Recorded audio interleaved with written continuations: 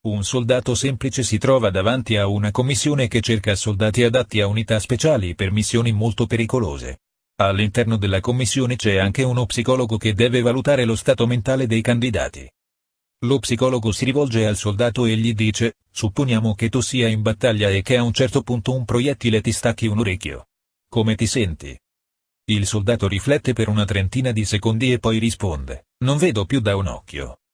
Lo psicologo rimane interdetto, non riesce a credere che si possa dare una risposta di genere.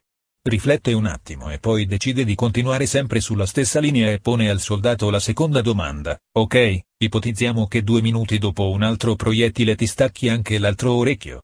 Cosa senti? Il soldato risponde immediatamente: a questo punto non vedo proprio. Lo psicologo allora sbotta: ma cosa dici? I proiettili ti hanno staccato le orecchie e tu non vedi. Ma perché dici così? Mi è caduto il berretto sugli occhi.